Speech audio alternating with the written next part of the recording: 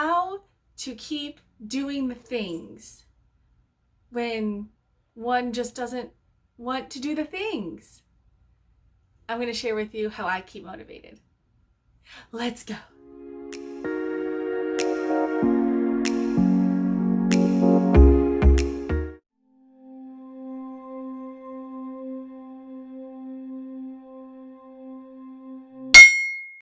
Hi dearies, I'm LeFae. Thank you so much for hanging out with me today. If you're one of my friends, hi, how are ya?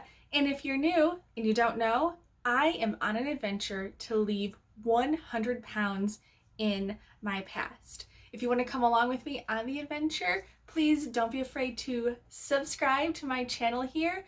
And also, let's hang out once the video is over. You can find me on my socials. I have Instagram, where I try almost every single day to share everything that I'm eating, and then also FitBit, which is really fun because we can do challenges to keep each other motivated, which is really good for this video. Today we are talking about how to stay motivated when things just seem to be too hard, when the motivation is gone.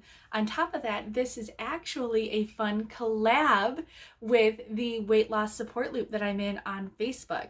It is a wonderful group of individuals who are small YouTube creators like me, who are interested in a weight loss adventure, fitness, and growing our YouTube channels. So if that fits your description, please be sure to check out this video here.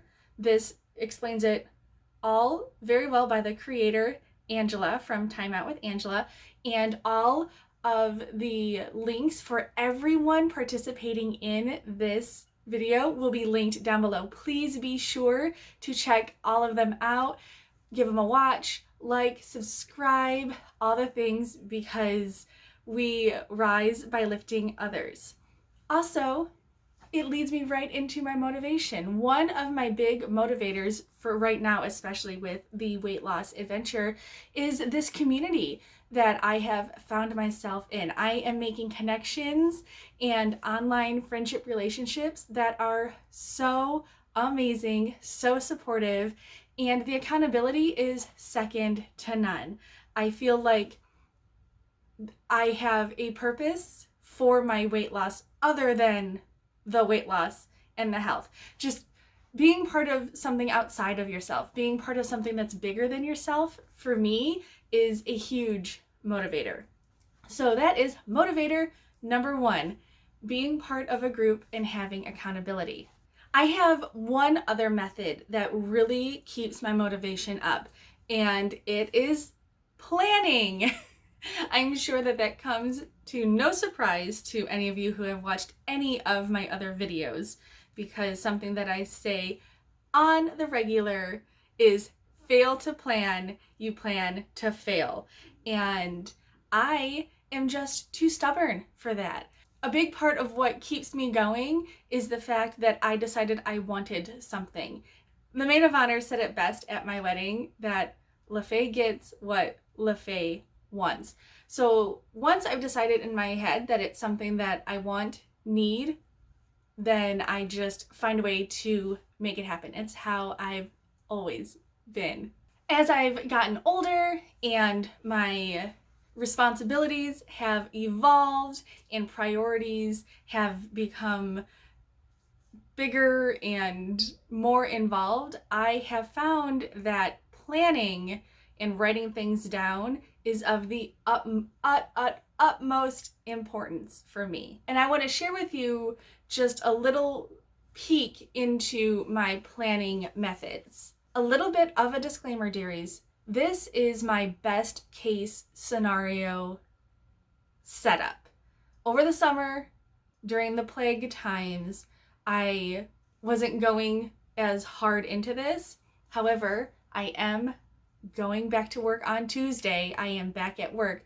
So this whole thing going on right now is actually me getting ready to be a full-time outside of the house employed human. Let me insert right here what's going on and we'll talk about it. This right here is all of the things that I use on a regular basis to keep myself motivated and on track. First up are my 2 Tinkerbell notebooks right here. This pink one on top, this is the one that has all of my YouTube planning in it. All of my scripts, my dates, my self-imposed deadlines, all of my notes. That's what this one is. And this little Tinkerbell notebook, this is what I've been using this summer just for to-do lists, keep myself on track, reminders, recipe notes, things like that. So this is kind of my all-in-one, just write it down note book.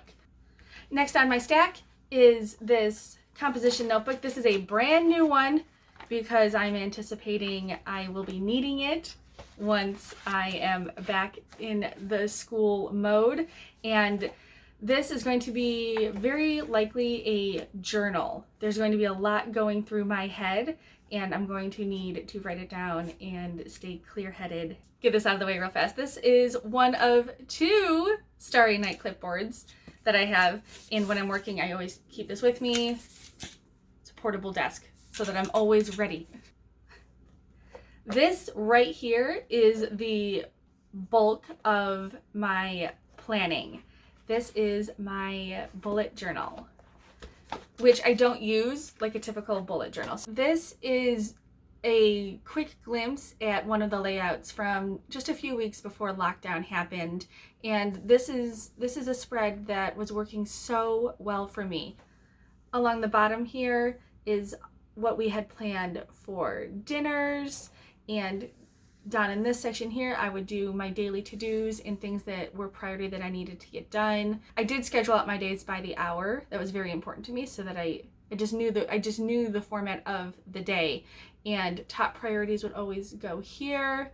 Special notes were always up here at the date, and then a running to-do list for the week would always go here. Sitting down and working on this is something that helps keep my mind clear and keeps me focused. Over the summer, I was listening to the Rachel Hollis book, Girl, Wash Your Face. And I listened to her book while I was taking my evening walks. It was very inspirational and motivational. There was one quote in there that she said, and I don't remember it exactly, but it was, if you make a promise to yourself, don't break that promise. Don't be if you're not going to break a promise to your best friend, why would you break a promise to yourself?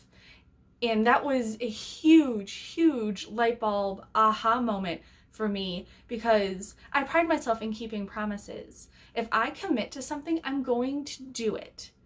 And if I'm committing something to myself, why would it be okay for me to break promises to myself when I don't think it's okay to break promises to anyone else? At the end of everything, the only person that you can count on is you. It's me, myself, and I. Yes, my husband, I don't doubt his support whatsoever. Yes, my son is there. I know there's unconditional relationships with my brother and my sister-in-law and my very best friend and my mom. I know that all of those are there. At the end of the day, the only guarantee that I can give myself is the one that I give to me. This summer, I committed to no longer breaking promises to myself. Coming back to my planner, being able to sit down with me, myself, and I and clear everything out, make the plans, see what my promises are, that really, really helps. That is how I stay motivated, dearies. Let me know in the section beyond the veil. How do you stay motivated? Are you a planner like me, or do you rely on a method completely opposite? Let me know. Coming at you next week is a little bit of another rant, probably. I'll be talking about being body positive but still wanting to lose weight. And this week apparently is a really hot topic here on the internet. I didn't plan that, but I guess I'm going to add to that conversation. So make sure that you subscribe before you leave so you don't miss that. Check me out on Instagram and on FitBit. Please wish me luck for my first day on Tuesday. And of course, I will see you again for a progress report update, but it won't be Friday. I'll know more on that Wednesday. Have a great weekend, dearies. Bye.